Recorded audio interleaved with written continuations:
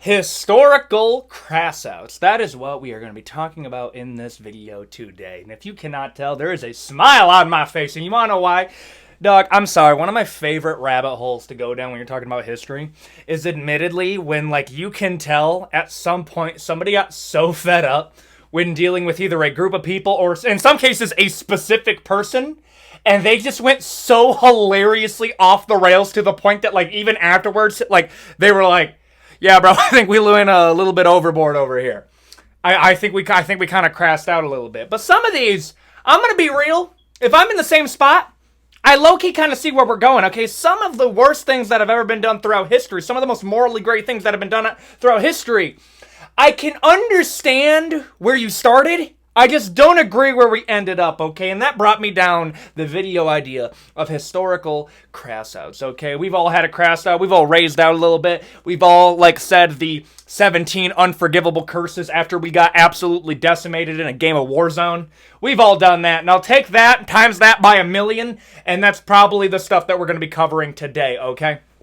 We're going to be covering everything from the crashouts of people like Vladimir the Impaler, Genghis Khan, to big events like the American Revolution and the sacking of Berlin. Ha! I'm so hyped, dude. Okay, and don't forget. We also got some groups of people that we're going to be covering, like, I don't know, Germany and Japan during World War II.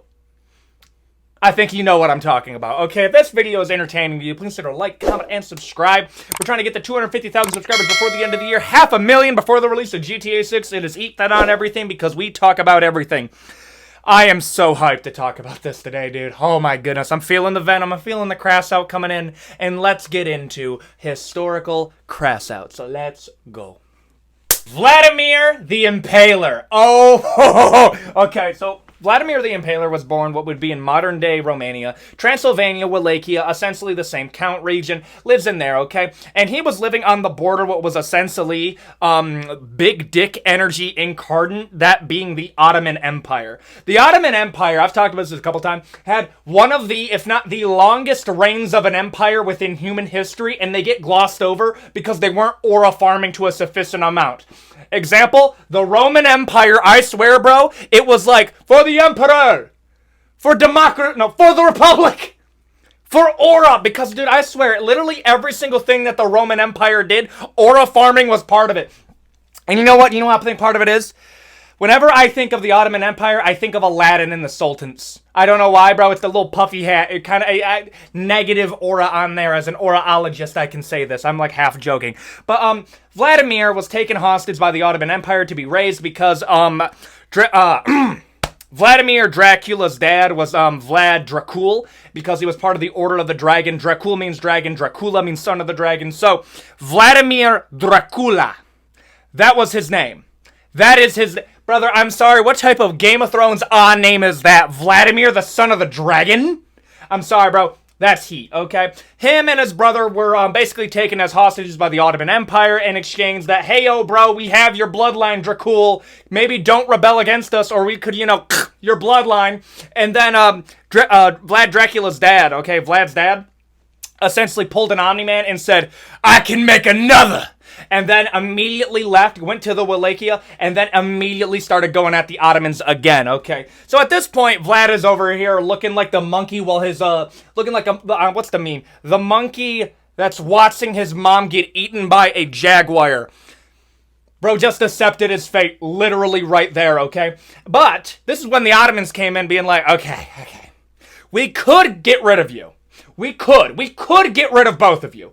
But technically, when your father is gone, we can actually take you and you can inherit the throne of Wallachia. And we can, you know, effectively use you as a proxy ruler of the Wallachian county. And you will be known as Count Dracula. There we go. Is it starting to make sense now? Okay, so when Vlad Dracula became of age, they sent him back to Wallachia to rejoin his father in resistance against the Wallachians, where he would... resistance against the Ottomans, where he would go in, earn his father's trust, get rid of his dad, and then effectively give Wallachia to the Ottoman Empire. Okay? So they send Vlad Dracula in, gets rid of his dad. Okay? He did that, bro. He pulled a scar, bro. Boom. Got him. Dude. The Ottomans are like, woo! Let's go! Bro, hated that guy. Okay? Immediately. Literally immediately after Vlad Dracula gets rid of his dad and is about to hand it over to the Ottomans. I'm not fucking doing that! Nah! Walaking belongs to the Christians! I don't want to see any of these pagan gods over here! I'm talking about pagan, but Ottoman Empire wasn't so much an Orthodox Christian there. That's why Romania's pretty cemented when it comes to Orthodox Christianity. There's a lot of beef. You kind of understand what's going on here. Very different. I'm sorry, bro. Back in the day, bro, religion was seen more as like the console war back then because they were like, nah, bro, Orthodox Christianity based. Okay, that's essentially what happened. However, Vlad Dracula, upon becoming this, immediately became one of the most unhinged leaders I have ever seen. This man, for the most, like smallest of crimes, begging too much, bro, was impaling you on a stick. Oh, you're a thief? Impaled. You're being a little bit too rowdy? What do you do? You yap too much? Okay, through the bunghole, through the mouth, done. We do it slowly over here, boy. Yeah. No, bro, he had issues. 100% had issues. But he got so good at this that he earned the name Vlad the Impaler, which, I'm sorry, is so cold, dude. That's such a cool nickname, too. Okay, he's effectively doing this. The Ottomans are like, you know what, bro? We're going to take Wallachia by force. They send one of the generals of the Ottoman military to the border of Wallachia. When they try to walk through the border, they see men, women, and children on some trees and branches and animals.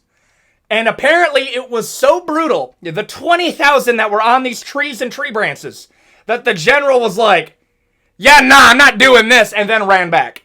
They ran back. And this guy was so embarrassed, because imagine trying to explain to your boss of the Ottoman Empire that the mightiest empire in the world, definitely in that region, effectively noped out of taking a small little piece of land called Wallachia because they saw some spooky shit. So they started saying stuff like, bro, Vlad's a demon. Vlad has to be a demon. There's literally no other way, bro. No, bro. I didn't run because he was a man. I ran because he was a demon, bro. He's immortal. There's no way that I can beat him, bro. He's a vampire, which at that point would be a Striga. But, like, that was a lot of the mythology around Vlad the Impaler as he was defending it against the Ottoman Empire. But that doesn't make him a good guy, because he was just hilariously brutal that even, like, the Ottomans were like, bro, I don't want to deal with this. And I'm sorry, bro, the Ottomans had, like, absurd, like, they put all of their skill tree was effectively 99% cruelty. Because, dog, they were going hard back then, okay? So this is what they were like, hey, Vlad, we're going to send some envoys over here, and we're going to try to get a deal done, okay? We're going to get some trade deals, baby. You know what, bro? You want some stuff from the Ottoman Empire? You want spices? You want food? You want women? We can hook you up with anything you want. Okay, we're going to send 3 of our envoys over to you. And then they walk into his little castle. Come in. I'm Vlad the Impaler in this scenario. Hello, guys. What's up? Oh, bro, look at that dumbass hat you're wearing. Oh, you're sultans. You don't want to take off your hat? Okay. Take off your hat. No, sir. We're not going to do that. That's seen as a sign of disrespect. We wouldn't want to disrespect you. Oh, is that it? Oh, okay. Hey, bring some nails. Oh, guys, watch this. So you guys don't want to disrespect me?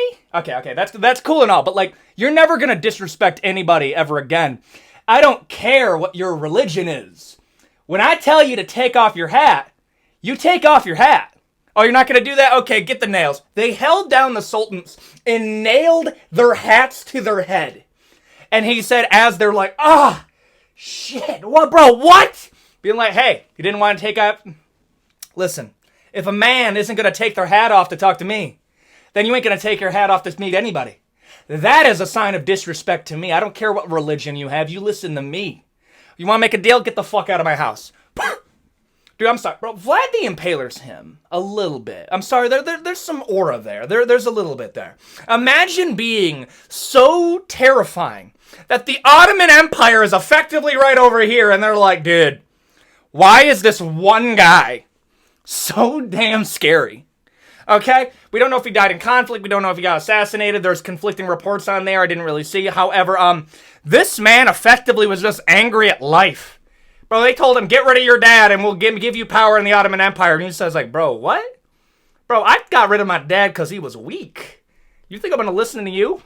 Bro, you have a hat like the Pillsbury Doughboy. You think I'm going to listen to you? Get the fuck out of here. Bro, I'm sorry.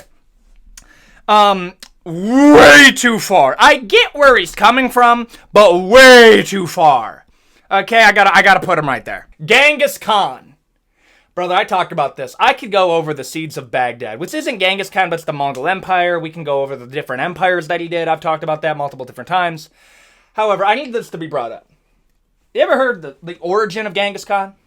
Genghis Khan, which is the rumored name to be Temujin. Temujin grew up in what would be modern-day Mongolia, of course, okay? In a hunting nomadic tribe. His brother was trying to take out a deer, and they were competing over who could take down this hunting game, and who could become the hunter of the family. And he was so angry that his brother got the deer first, that Temujin, or Genghis Khan, sought his brother so he wouldn't have to compete with him anymore. That is who we're dealing with. Joffrey, okay? And I need that to be stated, okay? Temujin was already sowing signs. Genghis Khan was already sowing signs that do not piss off this man. Do not give him power, because he is going to crash out. Okay, he grows up a little bit. He goes to the ripe old age of 16. Okay? Yeah, I know that's like, what do you mean 16? Because in Mongolia, at that time, you are a grown-ass man. Yeah, bro, you gotta do what you gotta do. You gotta take a wife now. So, Genghis Khan takes a wife, okay? They're happy for a time, okay? He's there, smoozing on her. She's there schmoozing on him. And then a warring Mongol tribe comes in. Woo-woo! They come in. They steal his wife, okay? Steal his wife. Boom. Gone. Genghis Khan is so angered by this. He calls a meeting of the tribes to make wife stealing illegal. Do you have any idea how bad life has to be, where we have to make a law saying you can't be stealing people's wives? Okay? And all the Mongol tribes over here being like, hey, yo, get that out of here! Get that out of here! We ain't doing that! Who do you think you are, Temujin? Brother, you have a name that sounds like a Losin. Get Temujin out of here, bro. He's salty. He's salty, man. Bro couldn't keep a girl. It's like, you abducted her, sir. That's not my problem. Okay, that's not my problem. So Genghis Khan decided to raise up a Mongol war band to take his wife back. Goes to the man that stole his wife. Comes in, destroys his tribe, takes out his family, and kills him. Okay? Gets rid of him. Done. Okay? And then he sees his wife after 2 years of not seeing her. He finds that she is pregnant with the man's child. Genghis Khan later went on to lead one of the most crazy, Dude, Genghis Khan took out so many people, it actually brought down the carbon footprint of the earth. And I need you to think about this. Genghis Khan got his girl stolen. And this motherfucker made sure to make sure the whole world, it was their damn problem. Oh my God. Bro, Genghis Khan got so angry that his wife was stolen from him that he sees his wife pregnant with another man's baby and he's like, get rid of this one. Get rid of this woman. Obviously, you should have died. Okay? You know what, bro? I'm taking 17 different wives. I'm having a ton of different children to the point where the Mongolian line is so powerful that it's like 20% of 20% of Asia is descendant of the Mongol horde. Okay? And this man decides to make the entire world know his fury, being given the name Genghis Khan, universal ruler, the accursed one, the wrath of Allah. This man, everywhere, from northern, central, southern Asia, decimating the Chinese Republic, burning so many people that it looked like snow-capped mountains, turning swamps of oh my goodness, dude. Imagine the different timeline that we would have been in if bro could just live a normal life. Genghis Khan is a one-of-a-kind Crashout. This man lost his girl and made sure the entirety of the human race knew who the fuck he was. I'm sorry, dude. Bro, seek therapy, dude. I'm sorry, bro. There's a bodybuilder out there that 100% is using this as some motivation, because I'm going to be real with you. Love all of y'all. Y'all go to some dark places for motivation. Bro, calm down. That's insane. Germany during World War II. You know what I'm talking about. Listen, to my German audience, I just want to let you know, okay? I look at Germany in World War II as like, after World War I, Germany was like, you think I'm the villain? All right, fine. I'm gonna become the villain. And y'all became one of the most stereotypical evil regimes I've ever seen. I want you to think about this. I think about this quote a lot. When you're looking throughout history, evil people shouldn't scare you. Desperate people do. Because evil people by themselves, they're never going to gain any wind. They're not going to get any real power. Desperate people put evil people in charge because evil people are willing to lie and promise desperate people paradise, that things are going to get better. But all they have to do is commit a few evils. And that is how I look at Germany during World War II. Absolutely, they committed absolute horrific level atrocities. 100% held accountable to the highest degree. And I'll be real, I don't think they were held accountable enough. I think people getting away in the Nuremberg trials is absolutely horrendous. I think that's absurd. I think Operation Paperclip was horrific. The fact that that was allowed, I think that's all awful. I think the AIDS cost, awful, all of it. I think when you're looking at Germany during World War II, you're ultimately looking at how did we ever get to this point? Brother, you're going back to Treaty of Versailles. And then from the Treaty of Versailles, you're looking into basically Germany had to shoulder a lot of the economic burden of World War I. Because World War I was the first large-scale war where the majority of the world felt the pain of going to war. Economically, we're getting absolutely decimated. And on top of that, they were not gaining anything out of it. That is something that a large portion of the world never experienced. You see, when other places were going to war, they were going to war for resources. They were going to war for land. The entirety of the Allies during World War I went into conflict and didn't get anything out of it. They knew that they were going to be like revolution after revolution. World War I was such an absurd event in world history that it directly caused World War II. Dude, there were people that were signing the Treaty of Versailles that called it a 30-year armistice. They knew that it was eventually going to go bad. And I think when you're looking at it through that lens, you're like,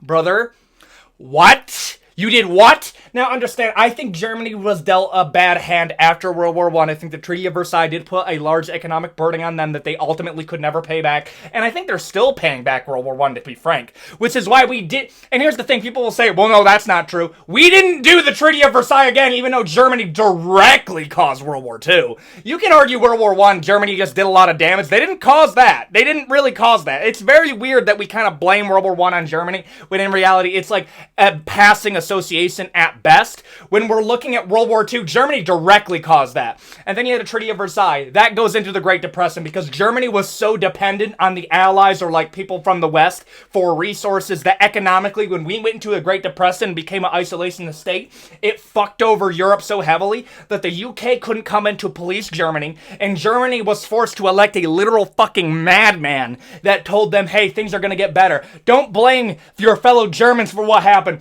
Blame the traitors that did this to you. We as a nation must stand strong in these turbulent times to make ourselves great.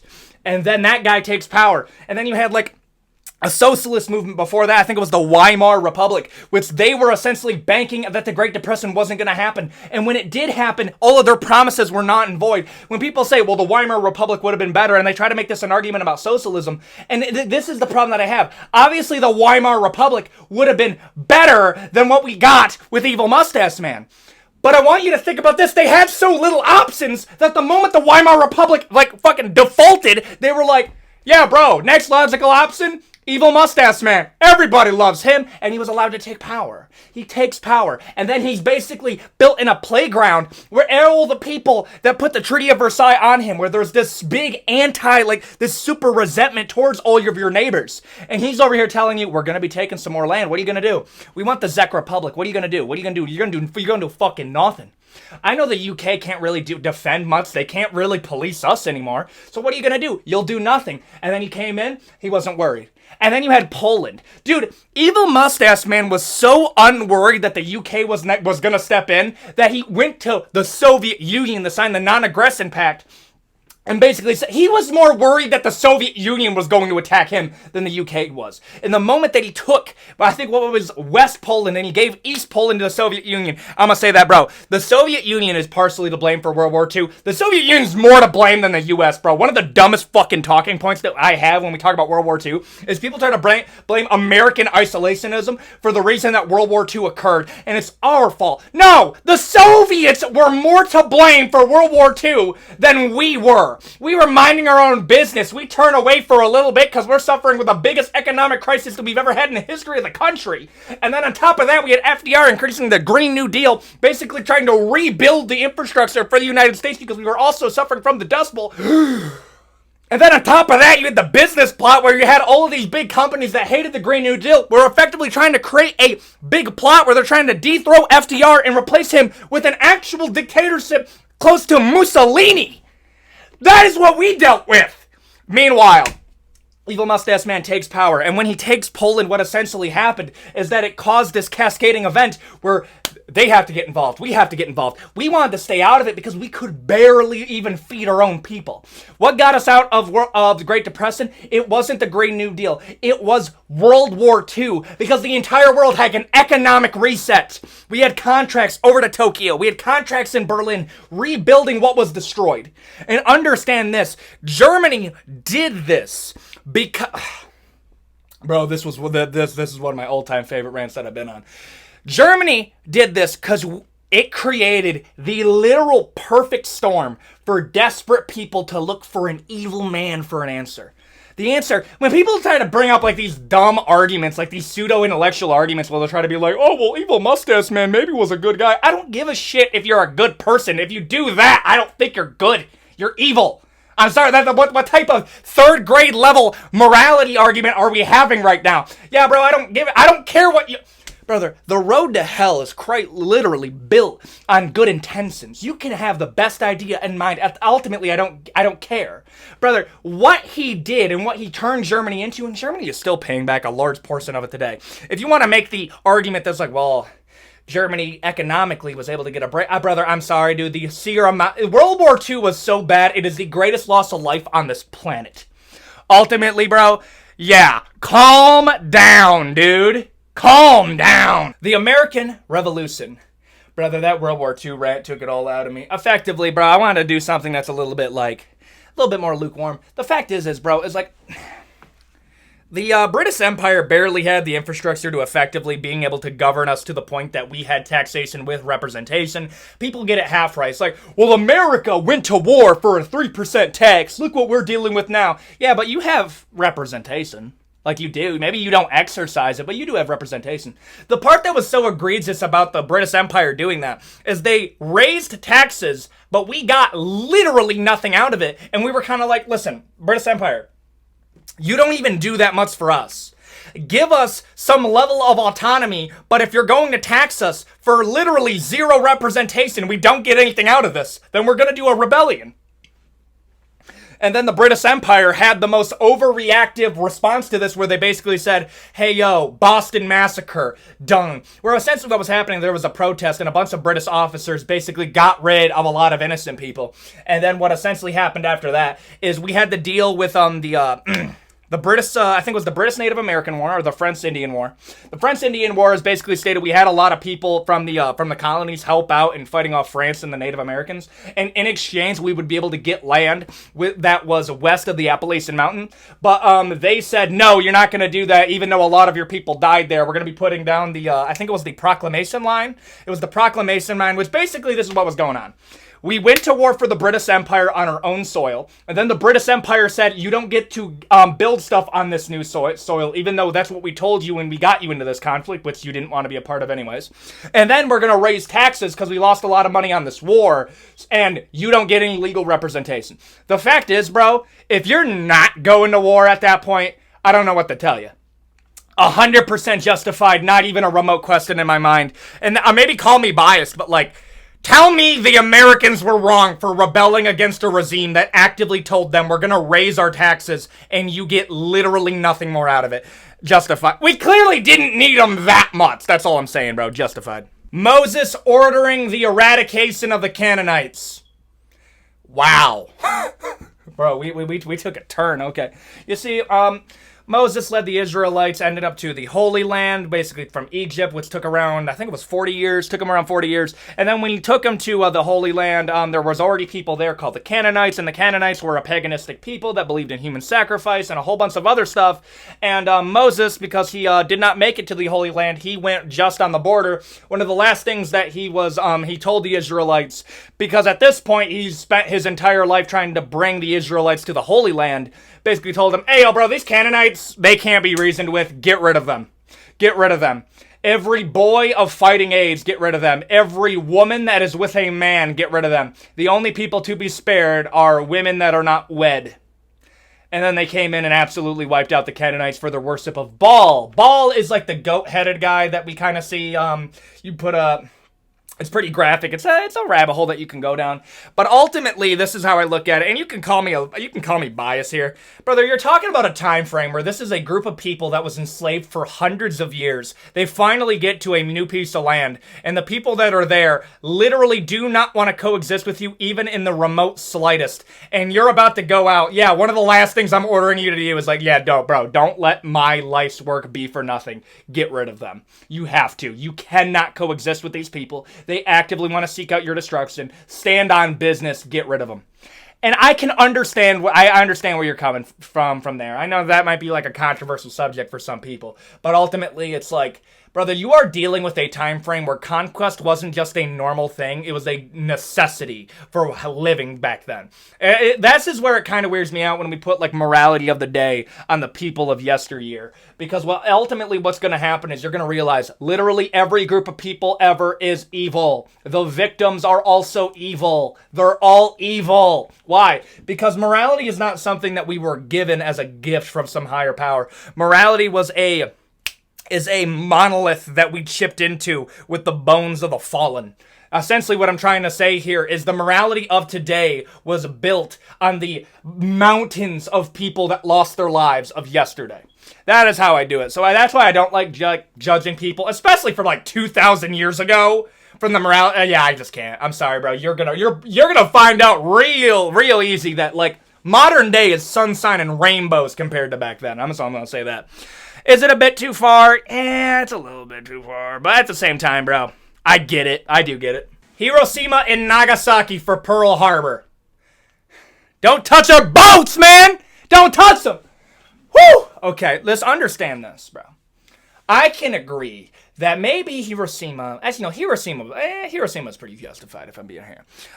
Hiroshima and Nagasaki, both of them, did we need to do that? No. In hindsight, we didn't need to do that. Part of the reason that there was a stall is they wanted to have a conditional surrender where we didn't get rid of their emperor, which is basically seen as a deity in their religion. And this is what I gotta say. You're a literal imperial ethno-state. I don't negotiate with extremists. I don't. We're not negotiating. I'm sorry. That I think is an actually pretty fair response. You don't get to make conditions. You got us into this conflict. You are the last people that are unwilling to surrender. You don't get to make any type of contingencies. And then we didn't want to get rid of the emperor anyways because we basically used him as a political point to basically move Imperial Japan in the way that we wanted to. But I want you to understand this. I'm sorry, bro. The rebrand that Japan gets away with in World War II is so strange to me because it's like, I'm sorry, dog. Japan was collecting war crimes like Pokemon cards, dude. Look up what happened in Nanking. Look up what happened in Korea. Look, dude, I'm sorry, dude. What they did in those countries is so... Oh, my goodness, bro. I just remembered a good piece of rage bait that I was hit with a few weeks ago. Oh my goodness, this is what it was. I was talking about Imperial Japan and the war crimes that they effectively got away with because what was happening is the Cold War was coming into play the moment we found out what Japan was doing during World War II and a lot of war crimes that they committed. And we were using basically the entire... Logistically speaking, doing the war crimes for World War II was one of the toughest legal things that you could ever do because of the Nuremberg trials. It was very difficult to do that at mass in Japan when they were admittedly hiding a lot of their war crimes, which is confirmable, by the way. I don't know why people gloss over that because I don't know. I feel like that's very intellectually dishonest to do that. Where was I? Oh my goodness, where was I? Well, Japan gets... Oh no, the premier rage bait. I bring up the stuff that Japan did, and then somebody has the audacity to say, oh, well, America had internment camps.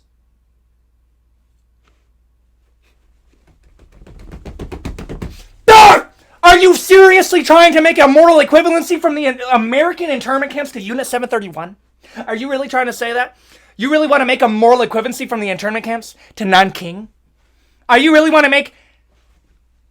Bro, I just got raids baited. I got raids baited. There's no other way to say it, brother. That is premier raids bait. I'm sorry, dog. No. You want to know why the internment camps are viewed so badly now, and it's like allowed to be viewed badly? Because I'm sorry, this is where I'm gonna hammer it home. Having a moral discussion between Imperial Japan and the United States during World War II is like it's like Ted Bundy coming up to me and telling me I'm rude. Bro, shut up. I'm sorry, Imperial Japan? You want to talk about morality with me? Oh yeah, you guys violated some your guys' human rights.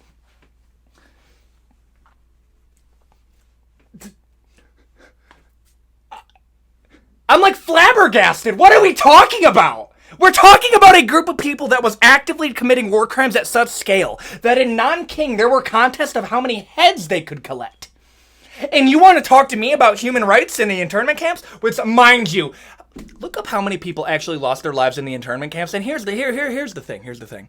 You know who else had internment camps? Japan! Japan did in the Philippines, where they put a lot of American people because the Philippines used to be an American territory. And then we let go of them after World War II because of how badly it went. Which is why there was a lot of people in the Pacific Theater. You know what they were doing in the Philippines? Human rights violations so egregious that they actively tried to keep them down because they realized how bad it looked for Japan after World War II. I'm sorry, dude. I'm not going to have a moral discussion about war crimes between different nations when we're talking about a country that made it illegal to talk about their war crimes. Are you serious? Are you serious right now? Oh, well, I mean, Hiroshima and Nagasaki.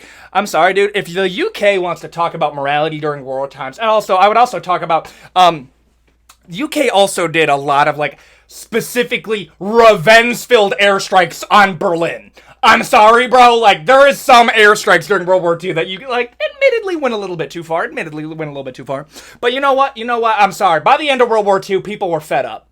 Hiroshima and Nagasaki was Hiroshima and Nagasaki, at least Hiroshima, 100%, I understand why it was done. There was, logistically speaking, so many other things that could have been done that would have been far worse. No, they didn't surrender because of the Soviet Union. Why the fuck would they surrender with the Soviet Union? Oh, well, they pushed in some territory that Japan had. Yeah, not Japan! What? The northern region of China, they pushed into it, finally did at some point during the war, and they didn't even have a navy to be able to invade mainland Japan. I'm sorry, bro. I'm getting rage baited hard. I'm going to put it. The only reason, just a bit too far, is Nagasaki's a bit much. Nagasaki was a bit much. Hiroshima, no, I get that 100%. Bro, I'm sweating from this rage bait. Oh, now one other thing. Japan planned a biological weapons attack in Los Angeles 28 days after Hiroshima. I just need that to be said. Imperial Japan was going to target civilians to hurt morale if we didn't drop Hiroshima. So, a bit too far. I can acknowledge that, but I want you to acknowledge the fact that we're having a moral discussion at all is really, we're better than you, Imperial Japan. It's not even close. We're more human. I'm sorry, we actually view people as people and not like dogs, like you did with the Koreans. I'm sorry, dude. I'm going hard. A bit too far, but I think that's fair. The Reign of Terror in the French Revolution. Brother, let me just tell you something. 20,000 people getting got in a guillotine is one of the most wild figures I've ever heard. Bro, I'm sweating so much because I had 2 rants back to back, okay? When I'm looking at the Reign of Terror, I'm so glad I kind of have one that's like, this is where I gotta see. I feel like the French Revolution, during the Reign of Terror, was like the post-nut clarity of revolutions. Because the moment they took power and started getting rid of all of like the elites and all the powerful people, and they got rid of all of them, they're like, yeah! Yeah! Robespierre? Yes, the one who started the revolution? Put him up there! And then they got rid of Robespierre. Literally one of the highest people in the revolution was Robespierre. Okay, one of the leaders of it. And they put him in there because they were like, no, more! And then afterwards they were like, perhaps we went a little bit too far. Maybe. Yes, Yeah, I think we went a little bit too far. Understand this, I am not going to make an argument for the aristocrat class of France. Brother, you just took my two least favorite things and put them together. Aristocrats and oligarchs and French people. You literally took them all together. No, you... Brother, ew. Brother, ew. I'm not playing that game, dude, okay? I'm sorry. Is it way too far? Nah, it's a bit too far. Understand, I allow you a solid 10,000. 20,000's a bit much. Robespierre, admittedly, I think you went a little bit too far with that. I'm sorry, dude. A bit too far. Napoleon Bonaparte's the best thing to come out of France. I'm sorry. And fondue. Yeah, I think those are the two best things to come out of France. The sacking of Berlin. Okay, let me preface. I'm not saying that Germany was the victim in World War II. What I am saying is that the Soviet Union being so pissed off of what Germany did to Stalingrad and pushing into theirs, that they wanted to immediately seek revenge by going into Berlin and legitimately stealing things and causing, I'm going to use the YouTube safe word for this, I think it was upwards of 100,000 kithing. Okay? Kithing. Up to 100,000 kithings. I need you to preface. Wink, wink, nuds, nuds. You know what I'm talking about. If you don't, open a book. That is what a lot of the Soviet Union members did during the sacking of Berlin. And ultimately, like, this is going to sound effed up. I can understand casualties. I can understand that. I can even understand a certain number of civilians that are no longer with us because of conducting a military operation. Kithing, though, did you tactically need to do... No, you're a war criminal. Get out of here. Way too far. Way too far there, dude. I'm sorry. That's a bit too much. I'm sorry. I gotta keep the same energy. Yeah, Soviets, you helped us out a little bit. That's a bit too far. A bit too far. Way too far, actually. The Great Purge of Stalin. So, when Stalin had power, he got so nervous that he was going to get backstabbed by a lot of his higher-ups that he effectively ordered the Great Purge, where he got rid of most of the generals, most of the powerful people, whereas effectively just him. And this is where it gets kind of funny. I completely understand where Stalin is coming from here, because Stalin gained power by getting rid of the first person in charge. So it's literally that game where you play as the king and you're trying to assassinate the king to become the king, and then your job is to be the king and not get assassinated so they become the king. So really, bro, Stalin effectively was like, "Ayo, bro, I took power, but nobody's hitting me with that Uno reverse." That's essentially what happened. I know I'm vastly I'm not going to overcook this one because essentially speaking, compared to other stuff on this list, there's not as much meat there. And the truth is, bro, is it justified? Brother, they're communist. I'm sorry, bro. It was pretty justified. I get it. I'm sorry. What? He was just paranoid. I understand. The gulags all around. Oh, yeah, that's another thing. Yeah, the gulags are horrifically not justified. Not justified at all. Him getting rid of the powerful people around him. Yeah, that makes sense to me. That makes a lot of sense to me. Why? Because they were probably planning on getting rid of him. Oh, wait, they were planning on getting rid of him, and he actually did stop some people. I'm going to put this in justified. I think that's fair. The burning of the South during the American Civil War. Okay, I need you to understand this, okay? America treated the aftermath of the Civil War better than any other revolution I think I've ever seen. And there is no case scenario in any other country where the South is able to rebel against us, and we allow them to build statues of their generals. That is admittedly kind of crazy. I'm going to be real here. And Robert E. Lee, Confederate general, was a good general. Yes, I agree. The fact that he has as many statues as he does is kind of wild, okay? But some generals didn't think that. You see, after there was something called the burning of Atlanta, where there was a Union general that went to Atlanta and for 300 miles west burnt down every single piece of infrastructure he possibly could. Taking railways and pulling them up, houses and shops he would burn down, and he caused actually a record low number of casualties, and civilians absolutely hate this guy. It's even a culture now in the South that they absolutely hate a lot of the Union generals that went through.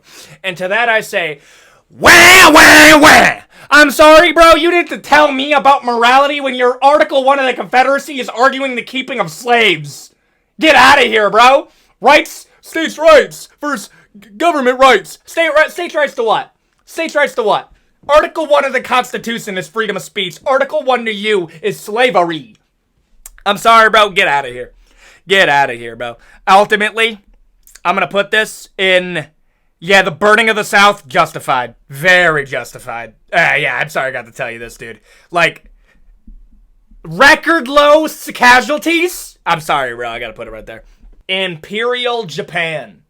Brother, I'm sorry. Imperial Japan going from samurai to, you know what, bro? The emperor is part of our religion. And us Japanese people are the best Asians there's ever been. Koreans are subhuman. The Chinese are also probably subhuman, and we are going to get rid of them at record numbers.